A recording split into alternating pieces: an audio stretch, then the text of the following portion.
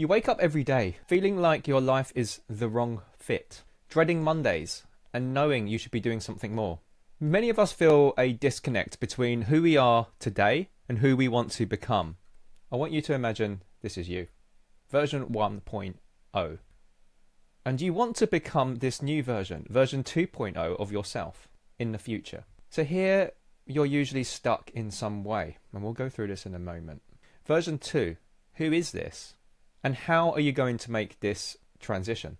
Version 1 often feels like you're treading water, stuck in a cycle of bad habits, low motivation, feeling of being lost in routines, struggling with comparison to others, confusion around what exactly better looks like for you. And it all feels so far away, right? That transition from turning from who you are to who you want to become. You know you need to change. Why haven't you? Just think about that for a moment. Now, I knew I could be more to fulfill my potential. But what is potential? I realised I couldn't really be more vague. It didn't really mean much to me at the time. And I spent a lot of time trying to unravel this. There were hundreds of versions I could be. You know, you look at people on social media and you think, oh, I want to be more like them. I wish I had their life. I want their traits. But then there are thousands of versions of this. And then you end up not doing anything. So I felt stuck and I wasn't focused on one version. I hadn't articulated what that version wanted to be. So this is me. I'll just tell you a quick story. While in my corporate life, I was part of a group discussion about aspirations. This was really early on. And peers were talking about bigger career goals, doing interesting things, changing jobs, starting businesses. And, you know, I was enjoying the conversation. And a boss of mine, he's a bit of a joker, and he singled me out and said, "Not you, James. You'll be here in 10 years' time. You're a lifer." And at the time, I remember I laughed it off, but it really hurt. And it was more his words, right? Because it was this idea of a perception of me.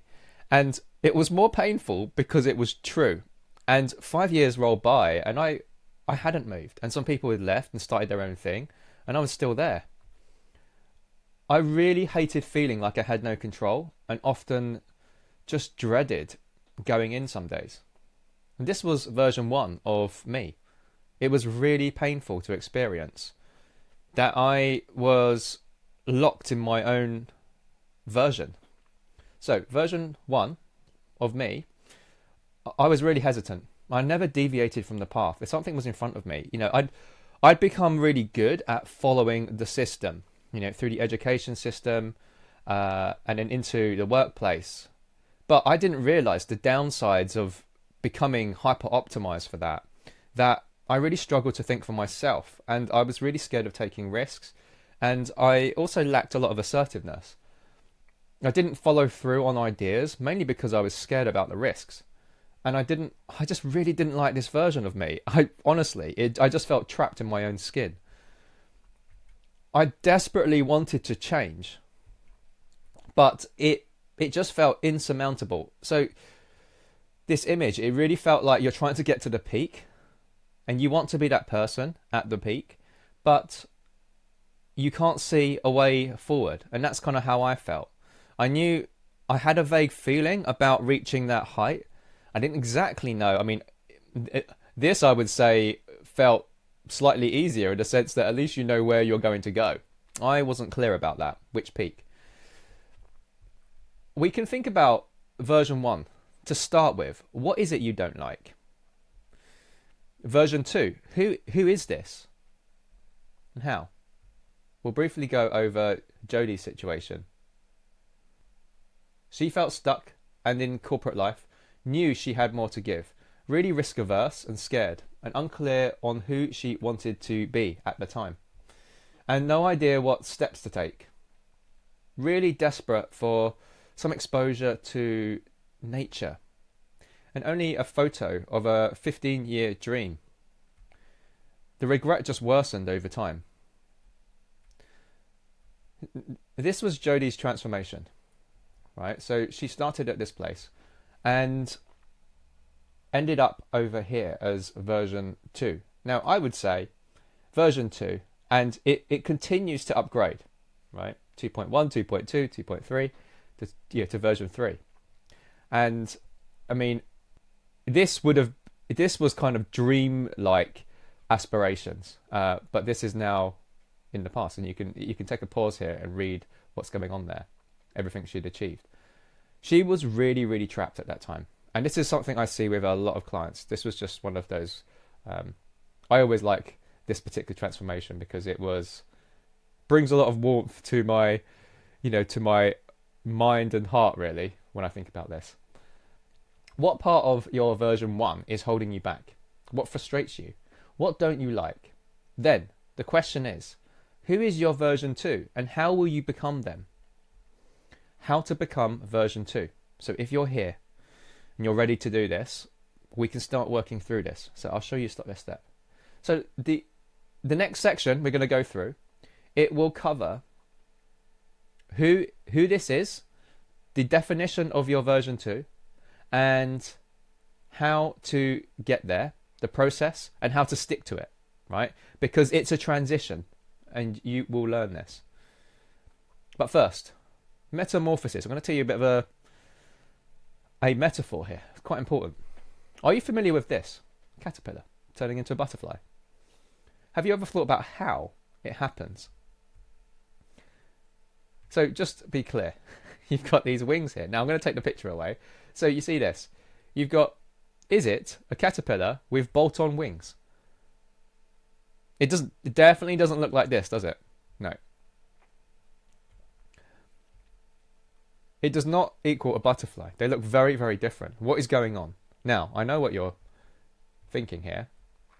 It's something to do with this, right? Okay. But what exactly happens? It is not what you think, most likely. We'll return back to this after a very, very quick exercise. Okay. So, first we need to think about, we want to start defining the version you want to become. What do they look like? We can start to visualize version 2. Now, this is quite important. Yeah, we need to combine the visualization and then the process to get there. And this is this end point. We want to understand it. This would be like selecting which mountain range you want to climb. So try and envision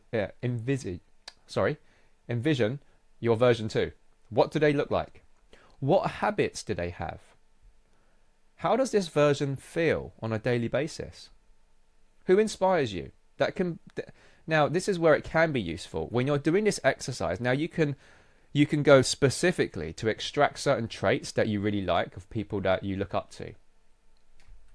Think and write down these characteristics. What stands out the most? Now, don't worry if you would struggle laying this out. I've got some templates and exercises and resources because I find these exercises quite hard when you just got a blank piece of paper. So I've created it where you've got lots of easy boxes to fill in, and it's all guided as well, so step by step. So don't worry about that. But have a little think about it now. Okay, yeah, here's a little clip of one of the worksheets. Okay, so I've got a quick client reflection here as an example. Chris, incredibly unhappy, multiple areas, physical and mental, health, location, so where he was, like the city he was in, relationships. Really dark time, couldn't see a way out and deeply unmotivated. We defined version 2, which allowed him to see a future self. It took a while because of that, the place he was in and how unmotivated he was. But he knew he wanted to change, which is why he reached out. We really worked on unlocking the ability to build...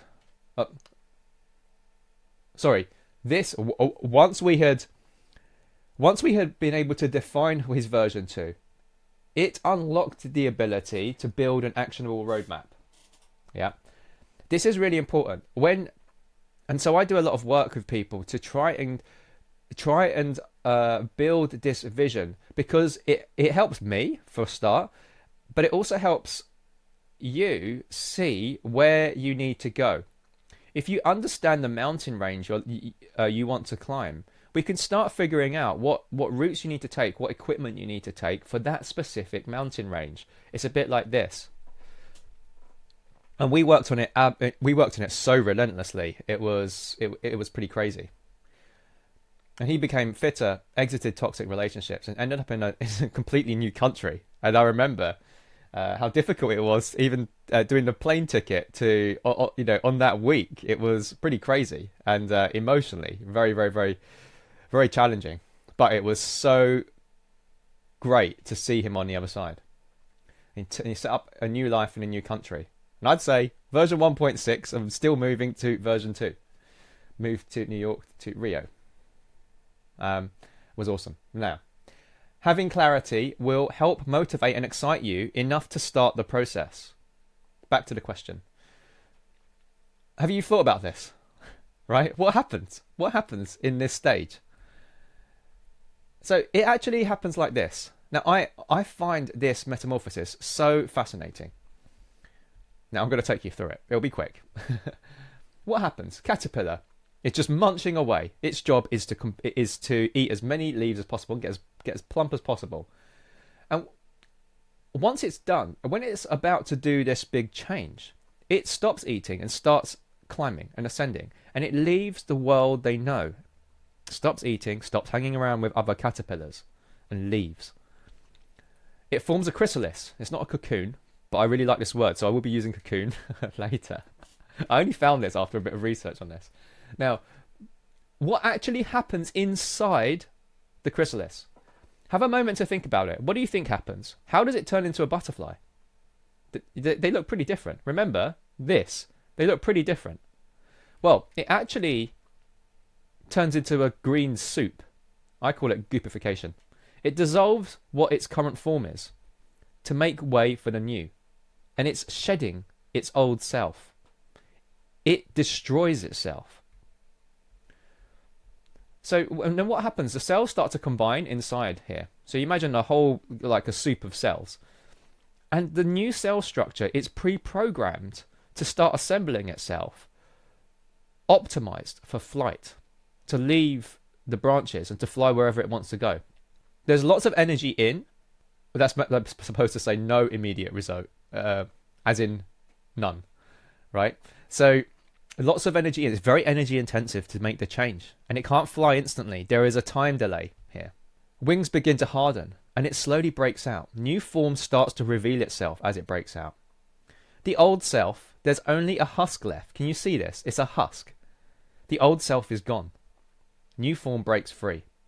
It's the same core material, right? It's the same. The soup is the same cells. It's all contained in that, but it's a different form and function. This is really important. Hopefully, you can see how this maps across.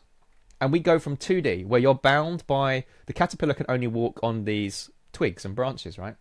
But a butterfly, it can leave and it can fly wherever it wants to. You can see how powerful this kind of concept is. Now, cocooning. This is a really important stage because we spend a lot of time here. Now again, technically it's a chrysalis. It just doesn't have the same ring, so I'm not going to use it. I'm going to use cocooning. Lots of clients use cocooning too, so it's kind of a bit too late to go back on this. Right. Leaving your existing world. It's about letting go of your current identity, a death of your old self. Now, just to explain what this means, it's removing bad habits, people, environments not serving you, and limiting beliefs.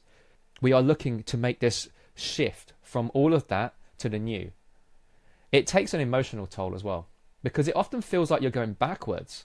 So you're leaving all of this stuff only to turn into soup.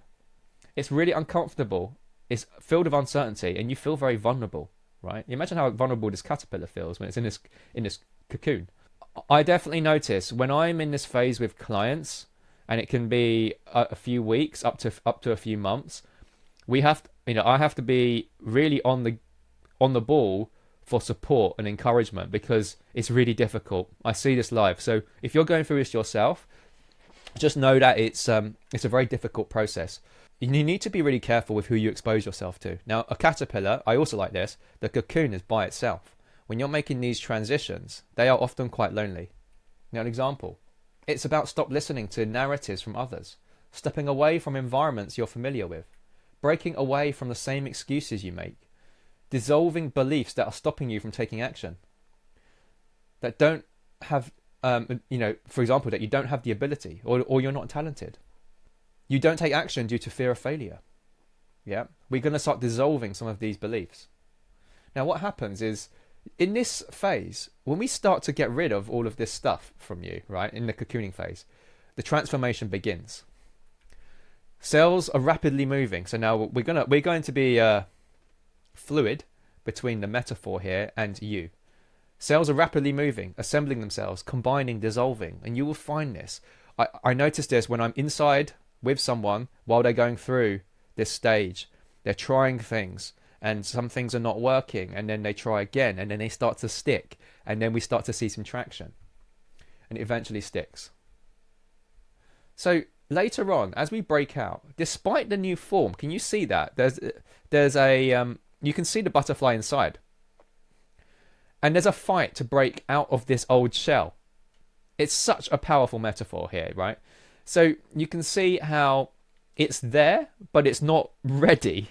Yeah, it's trapped by its old self, but it must break loose. There's a struggle, and it makes for stronger wings. Now, here's a little visual. You can see the butterfly revealing itself. It's pretty cool. Quick reflection. What feels most challenging to you?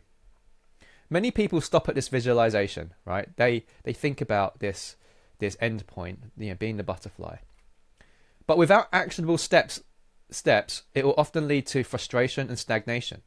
I see a lot of people. So some people don't know who the butterfly is, and there are some people who have spent all of their time visualizing and not applying tactics and strategy for your daily life to make that transition. So this is what we're going to go over next. It can be really overwhelming thinking about getting to the end. And you're trying to get to the end, right? Bear in mind, this is not like when you're really feeling confident. When you're at the bottom here, it's when you're feeling least confident and most likely to doubt yourself at this change, right? Because you're going into the unknown. So here's a step-by-step approach to achieving version 2.